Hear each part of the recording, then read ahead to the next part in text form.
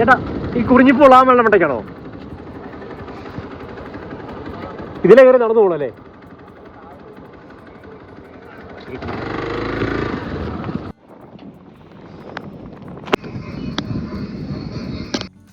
Hi all, എല്ലാവർക്കും നമസ്കാരം. നമ്മുടെ പുത്തൻ പുതിയ വീഡിയോയിലേക്ക് എല്ലാവർക്കും സ്വാഗതം.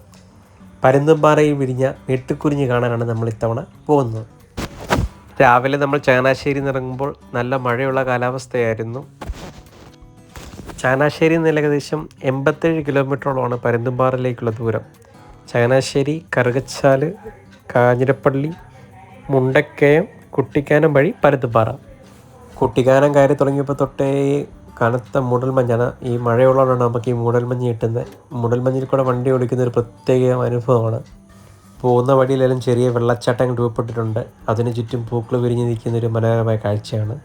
എന്തായാലും നമ്മൾ പരുന്തുംപാറയിലേക്ക് അടുത്തപ്പോഴേക്കും നമുക്ക് മാനം തെളിഞ്ഞ് ചെറിയൊരു വെയിൽ കിട്ടി.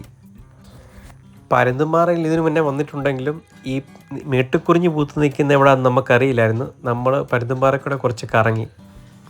പരുന്തുംപാറ മുകളിൽ നിന്നുള്ള പ്രകൃതിയുടെ ദൂരക്കാഴ്ചകൾ അതിമനോഹരമാണ്. ഞാൻ പറഞ്ഞില്ല, മഴയുള്ള കാലാവസ്ഥ ആയതുകൊണ്ട് തന്നെ ഇടയ്ക്ക് കോട വരും, മുടമഞ്ഞ് കയറി വരും, പച്ചപ്പും ഒരു പ്രത്യേക ഒരു സ്വിറ്റ്സർലൻഡ് ഫീലാണ് നമുക്ക് പരുന്തുംപാറ ചെന്നാൽ കിട്ടുന്നത്. അവധി ദിവസം ആയതുകൊണ്ട് തന്നെ നിറയെ സഞ്ചാരികളുണ്ട് പരുന്തുംപാറയിൽ. എല്ലാവരും പ്രകൃതിയുടെ മായക്കാഴ്ചകൾ കണ്ട് ആസ്വദിച്ച് നിൽക്കുകയാണ്. പരുന്തുംപാറയിലേക്ക് തന്നെ വന്ന് കയറുന്ന വഴിയുടെ മുകളിലായിട്ടാണ് ഈ നീലക്കുറിഞ്ഞ് പൂത്തിരിക്കുന്നത്. നമ്മൾ ആ റോഡിൽ കൂടെ ഓടിപ്പോയിട്ട് നമ്മളത് കണ്ടില്ല. ഇവിടെ ഒന്ന് ചോദിച്ചതിന് ശേഷം നമ്മൾ തിരികെ അങ്ങോട്ടേക്ക് പോവുകയാണ്.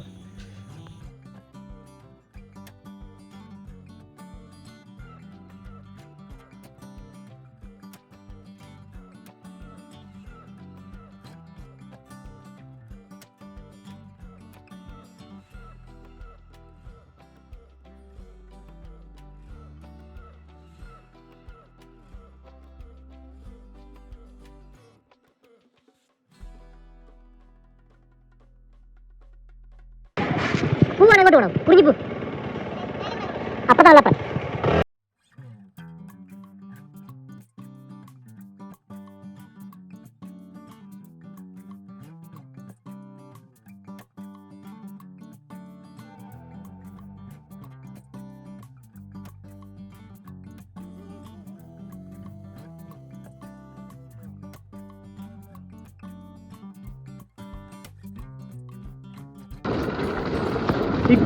ചേട്ടാ ഈ കുറിഞ്ഞിപ്പോൾ ആ വെള്ളമട്ടയ്ക്കാണോ?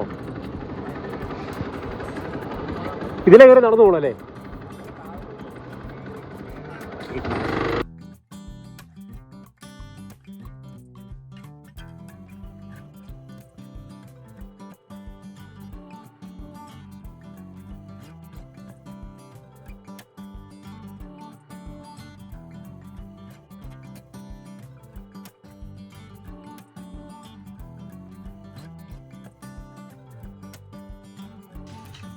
ഈ കാണുന്ന വഴിയെ മുകളിലോട്ടാണ് നമ്മൾ പോകേണ്ടത്. ഈ വഴിയെ കുറച്ച് മുകളിലോട്ട് കയറി കഴിഞ്ഞാൽ നമുക്ക് മേട്ടുക്കുറിഞ്ഞ് പൂത്തിരിക്കുന്നത് കാണാൻ സാധിക്കും.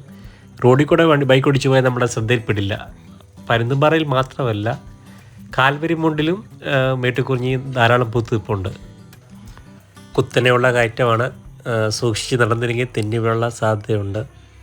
അങ്ങനെ നമ്മൾ പയ്യെ കയറി മുകളിലേക്ക് ചെന്ന് മലയുടെ അവിടെ ഇവിടെയായിട്ടൊക്കെ ആളുകൾ നിൽപ്പുണ്ട്. അങ്ങനെ അവസാനം നമ്മൾ മേട്ടുക്കുറിഞ്ഞ് പൂത്ത് നിൽക്കുന്ന മല മുകളിലെത്തിയിരിക്കുകയാണ്. നമ്മുടെ ചുറ്റിനും ചെറിയ കുറ്റിച്ചെടിയായിട്ട് മേട്ടുക്കുറിഞ്ഞ് പൂവിട്ട് നിൽക്കുകയാണ്.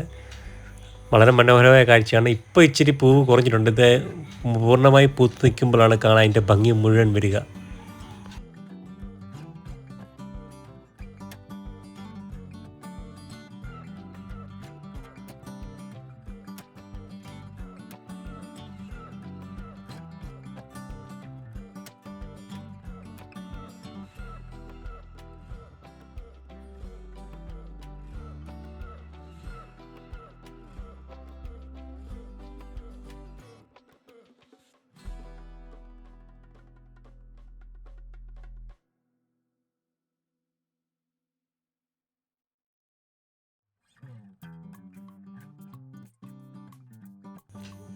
കുറച്ചധികം നേരത്തെ ഫോട്ടോഷൂട്ടിന് ശേഷം നമ്മൾ പയ്യെ അവിടെ നിന്ന് തിരിക്കാൻ തീരുമാനിച്ചു.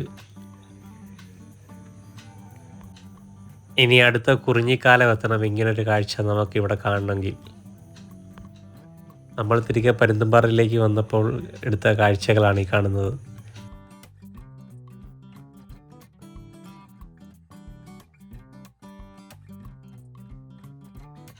മേട്ടുക്കുറിഞ്ഞി പൂത്ത മലമുകളിൽ നിന്നിറങ്ങി താഴെ വന്നപ്പോഴാണ് കാലിൻ്റെ അകത്ത് സോക്സിനകത്ത് ഒരു ചൊറിച്ചിൽ പോലെ. നോക്കുമ്പോൾ ദേ അടിക്കുന്ന ഒരു ആശാൻ നമ്മുടെ ചോരയും കുടിച്ച് അട്ടയാണ്. പിന്നെ അവിടെ അടുത്തിരിക്കുന്ന ഒരാളുടെ നിന്ന് ലാമ്പ് മേടിച്ച് അതിനെ കത്തിച്ച് താഴെ കളഞ്ഞ്. അപ്പോഴേക്കും മേഘങ്ങൾ താഴെ വന്നങ്ങ് കൂടി. കോടമഞ്ഞാണെങ്കിൽ ഒരു സൈഡിൽ കീറിയും വരുന്നു. വളരെ മനോഹരമായ കാഴ്ചയായിരുന്നു നമുക്ക് ആ സമയത്ത് അവിടെ കിട്ടിയിരുന്നത്.